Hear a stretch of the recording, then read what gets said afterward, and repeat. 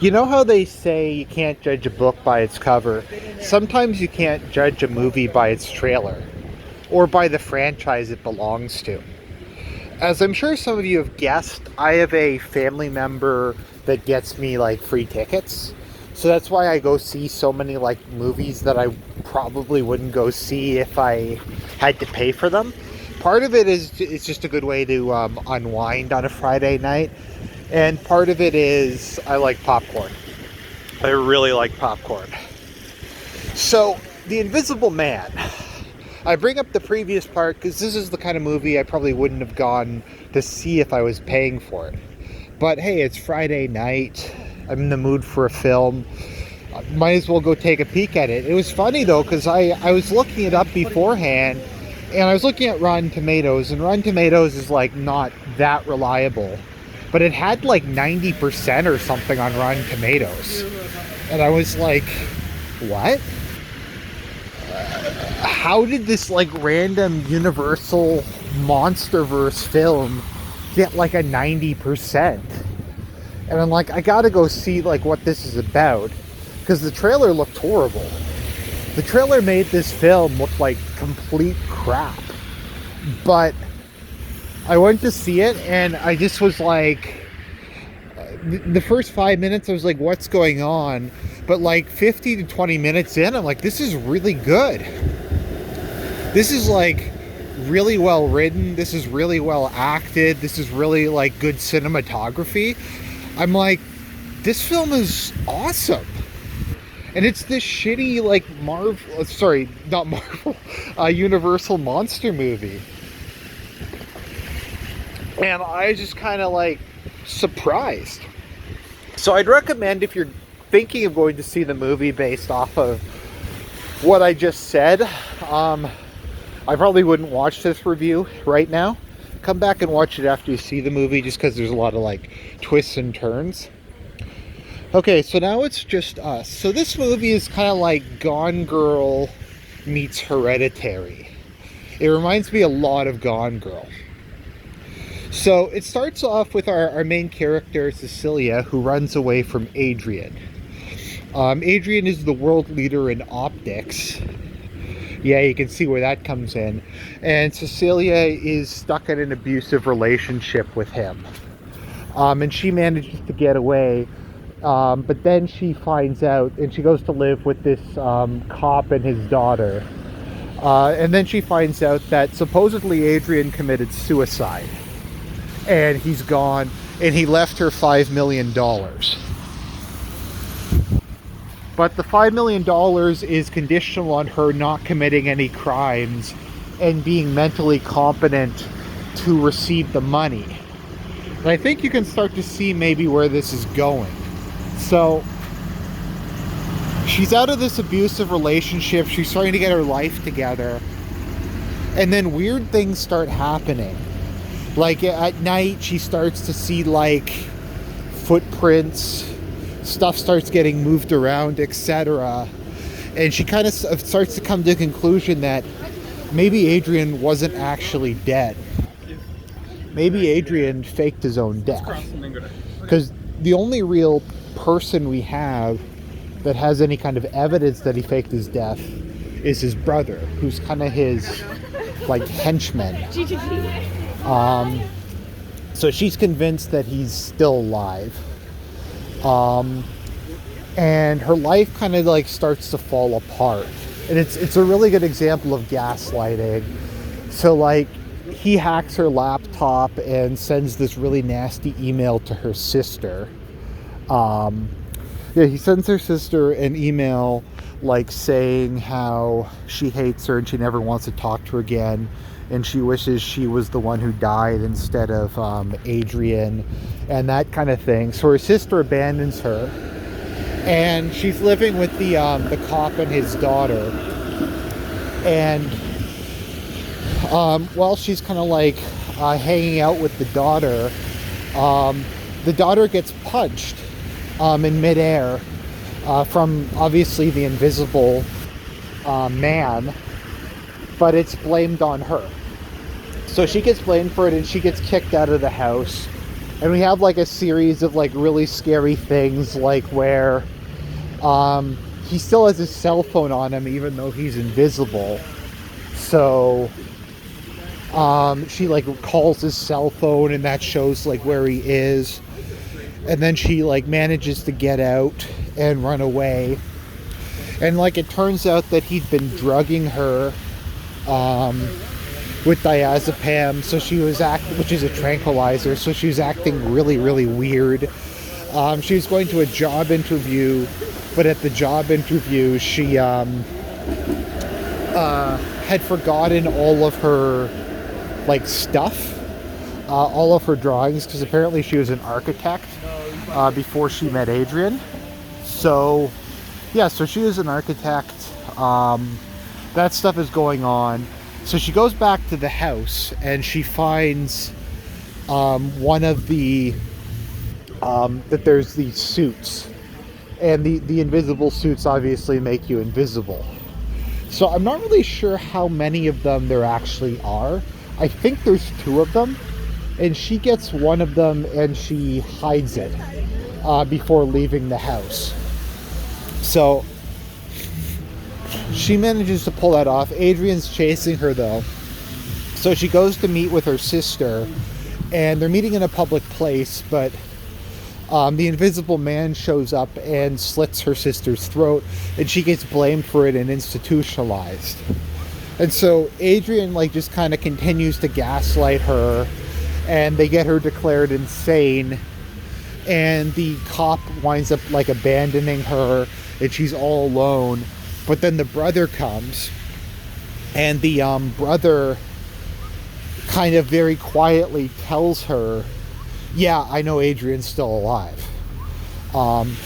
He is like a narcissistic psychopath, and he can't handle the fact that you left him. He normally leaves women, but he can't handle the fact that you left him, and what's more, you're bearing his child. So as you can see, it's kind of like Gone Girl. It's kind of like poetry they rhyme. So he says, I can make all this go away. Adrian can make this all stop. All you have to do is go back to him and give him the baby. So while they're like arguing, she knocks like the papers off the table, and she grabs a fountain pen from the brother's briefcase. So she takes the fountain pen and she uses it to try to kill herself. But the killing herself thing is a ruse to get Adrian to like try to stop her. So when Adrian tries to stop her, she just takes the pen and like just stabs him repeatedly, and it causes damage to the invisible suit. So we have kind of a cool scene where he starts fighting all the guards at the insane asylum, and like his cloak is flickering on and off, which is kind of cool. So he takes a whole bunch of guys out, and she chases him away, and he tells her that he's going to go harm the people she cares about. So he goes to kill the police officer's daughter, and the police officer guy gets there first because she calls him and tells him like what's going down. So she gets there first, and she manages to shoot. No, sorry, she doesn't. Sorry, the police officer gets there first, and he gets the crap kicked out of him by the invisible man. And then she shows up, and she uses the fire extinguisher to show where he is. And then she shoots him repeatedly.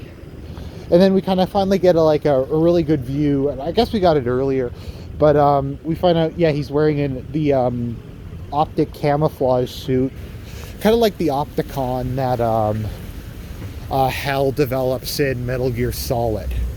So then she takes off the mask, and it turns out that it's not actually her former boyfriend. It's actually his brother. So she's convinced that it wasn't that this was like a last minute switch, that Adrian did everything else, and then at the last minute he got his brother to go and do this, knowing that his brother was going to get killed. And then they find Adrian tied up behind a wall in the basement, and he fingers his brother for everything. So Adrian gets away scot-free. He gets all his money back. I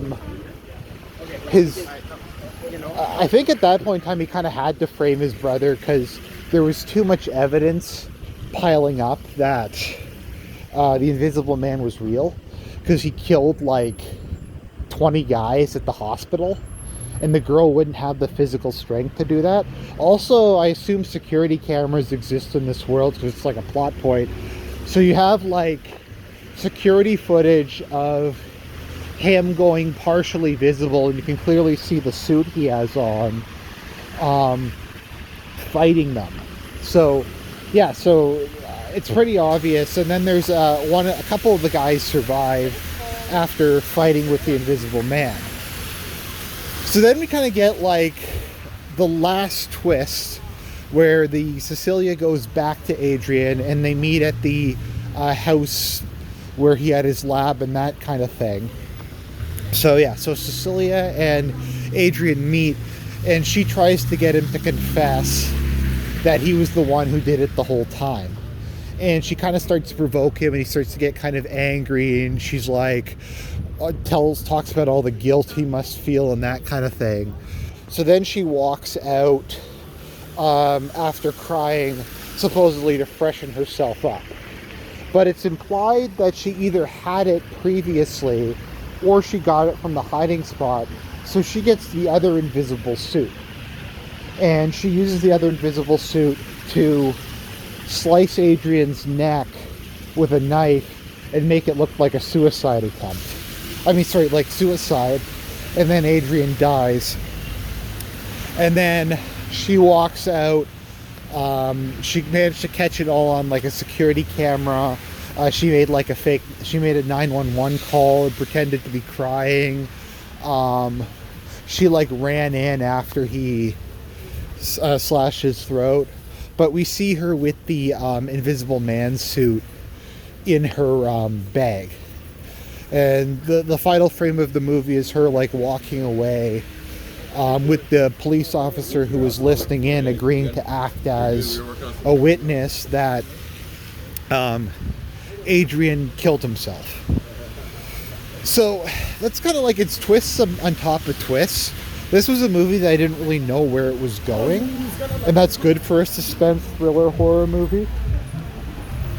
But this film was legitimately terrifying in a lot of parts. It kind of reminded me a bit like Paranormal Activity, but the whole like gaslighting her and making her think she was going insane, and like the life ruination and all that other stuff was just really fascinating. It was just like really good. And what else is nice is it's a self-contained story. There was no setup for a sequel. There's no setup for a sequel. There's no like, I didn't see any random like larger universe things. It's kind of a complete story. I hear there's going to be an Invisible Woman, which sounds really lame, unless it's like going to be Susan Storm or something. Yeah, I don't know if it doesn't look like a Marvel movie. At least I don't think it is. So it's going to be like another Invisible Woman, even though we have a Fantastic Four movie. 2 Fantastic Four movies. I'm not sure if the new Fantastic Four movie is part of the Marvel Cinematic Universe, but we have a character named Invisible Woman, but we're also going to have a movie named Invisible Woman that has nothing to do with the character. And it's apparently like a spin-off. And it's not the same actress. It's going to be Elizabeth Banks, I think, as the Invisible Woman, and not Kate Moss. So I don't know if it has any relationship to this movie. But I gotta say, it was well done to take kind of like a classic horror story and like a classic monster and update it for the modern era. I've never seen all of Hollow Man, but I'm assuming this is better than it. Like I said, if you like something like, I don't know, I guess, like I said, Hereditary, if you liked Hereditary, or you liked Gone Girl, or Rosemary's Baby, or obviously the movie Gaslight, and you just want something like really intense and really kind of terrifying, but not necessarily in kind of a supernatural way, I highly recommend this movie. This movie gets a 9 out of 10 for me. Definitely go see it. It gets the Argent seal of approval. So, everybody, God bless, and more reviews to come.